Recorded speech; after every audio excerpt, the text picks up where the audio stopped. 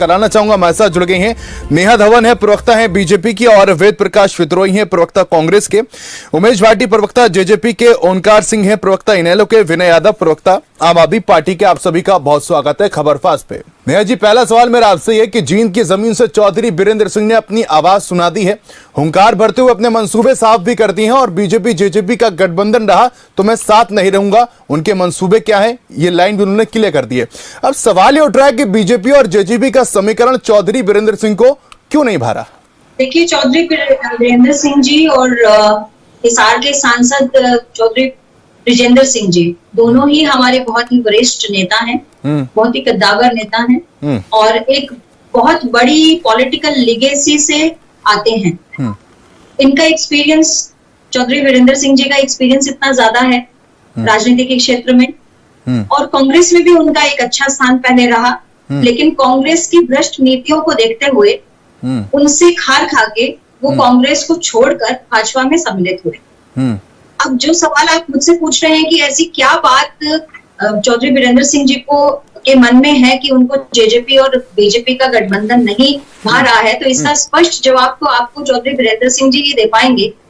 मैं तो इतना ही कहूंगी कि वो हमारे आज भी बड़े नेता हैं। देखिए नेहा जी, क्या होता है, एक आप कह रही है वो एक्सपीरियंस है, ठीक है, उनको अच्छा खासा 42 साल का एक्सपीरियंस भी रहा है, लेकिन जब पार्टी के दरमियान इस तरीके की बयानबाजी होती है, दोनों ही नेताओं की तरफ से, बीरेंद्र की बात कर ले, ब्रिजेंद्र की बात कर ले, समय समय पर गठबंधन पर वो सवाल खड़े करते रहे, तो पार्टी का क्या रुख रहता है ये तो साफ करना होगा ना पार्टी को।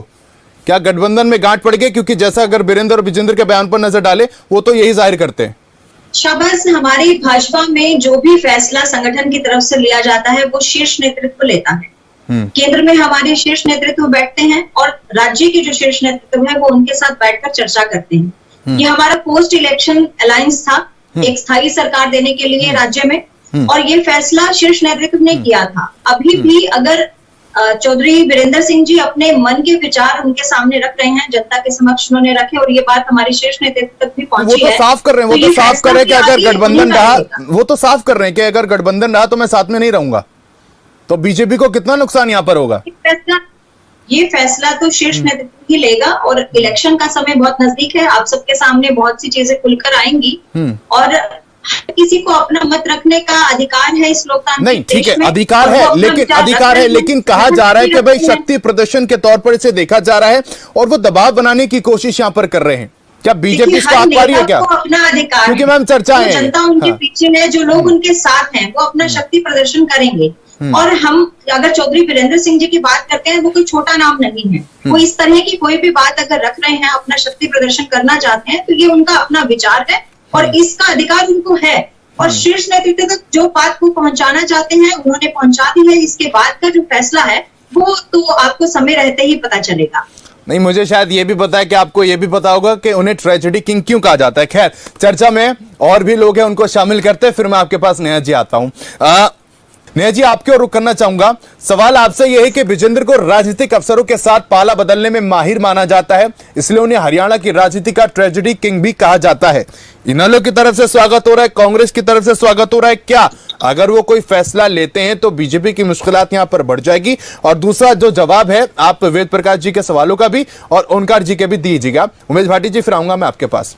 शाबाश, मैं इतना ही कहना चाहूंगी कि चौधरी बीरेंद्र सिंह जी पहले कांग्रेस से खफा थे, कांग्रेस के साथ उनके जो संबंध थे वो खटास से भर गए थे, और हुड्डा सरकार में उनकी जो भ्रष्टाचार की नीतियां रही, उनको वो भू माफिया की सरकार बोलते थे, और कांग्रेस के खिलाफ ही उन्होंने बीजेपी ज्वाइन की थी, वहां से तंग आकर हुड्डा सरकार से तंग आकर ही उन्होंने, आज तो तारीफ कर रहे थे जो है वो बीजेपी ज्वाइन, आज तो तारीफ कर रहे थे। अगर आज वो चाहे तारीफ कर रहे हो, लेकिन जब 19 में हमारे भाजपा संगठन में वो आए थे तो उन्होंने कांग्रेस से तंग होकर ही वो उन्होंने बीजेपी ज्वाइन की थी, ये उनका कहना था। वेद प्रकाश जी से मैं यही कहना चाहूंगी कि आज भी वो कांग्रेस के पक्ष में, चाहे देश की जो केंद्र की कांग्रेस है उसके पक्ष में होंगे, लेकिन अगर हरियाणा की कमान हुड्डा जी के हाथ में रहती है तो वो कांग्रेस से हरियाणा में उस बात के पक्षधर नहीं है।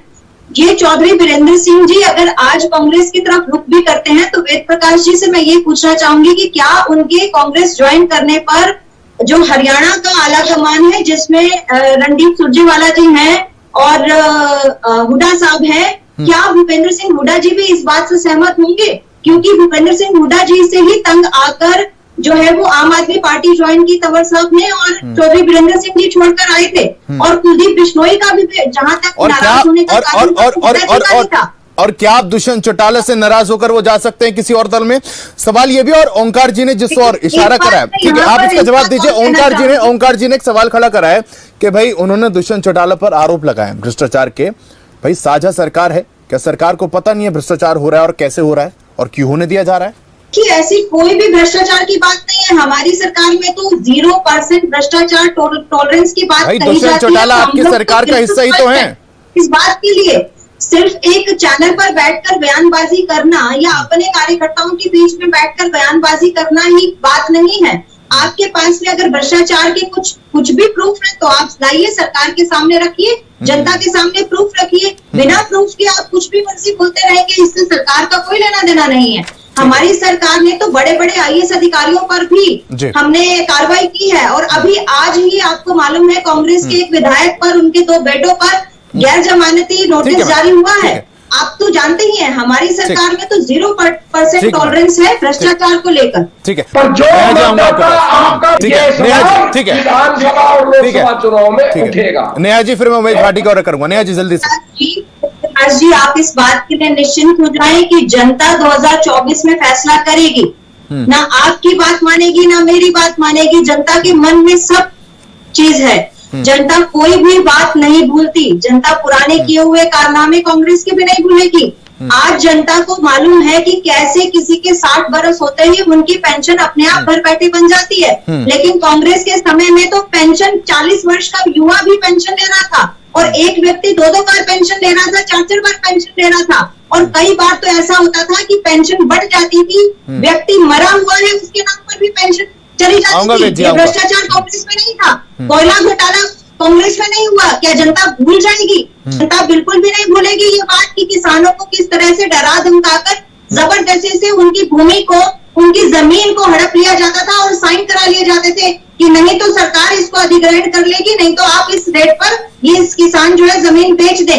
आज भी वही किसान है हरियाणा में, कल भी वही किसान थे हरियाणा में। इसलिए आप इस बात के लिए निश्चिंत रहिए, जो भाजपा की सही नीतियां हैं, विकास की नीतियां हैं और लोगों को सहूलियत देने की नीतियां हैं, जनता इस बार 24 में भी उसी बेसिस पर ही वोट करने वाली है।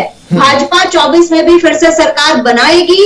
और अभी जो गठबंधन की सरकार जेजेपी के साथ हरियाणा में चल रही है, बिल्कुल मैं जेजेपी के प्रवक्ता के साथ सहमत हूं कि जिस धर्म को निभाने के लिए जेजेपी भी कर्तव्यबद्ध है, उसी धर्म को निभाने के लिए भाजपा भी कर्तव्यबद्ध है। जब तक सरकार रहेगी, जनता के हित में भाजपा और जजपा दोनों ही काम करती रहेंगी। ठीक है मैम, ठीक है। वेद प्रकाश जी 10 सेकंड, फिर मैं उमेश जी के पास जाऊंगा। बहन, एक ही लाइन कहूंगा, बहन जिस कोयला घोटाला बैठी है, संसद में रखेगी, हिम्मत नहीं करती। करोड़ों रुपए का घोटाला कांग्रेस के नाम पर है, जिन्होंने प्रदेश का, पूरे देश का पैसा खाया है, पूरे देश का पैसा खाया है। कम से कम 1,000 करोड़ रुपए भूमि राजस्व में ही कांग्रेस की सरकार में मुद्रा जी के घोटाला बात करते हैं। पूरी जनता हरियाणा में चलिए, ठीक है, ठीक है, ठीक है, ठीक है, ठीक है, ठीक है, ठीक है, ठीक है। बहुत शुक्रिया, बहुत शुक्रिया। माफ कीजिएगा, वक्त की कमी के कारण वाइंड अप करना पड़ रहा है। फिलहाल मेरे साथ इस खास कार्यक्रम में सिर्फ इतना ही। नमस्कार।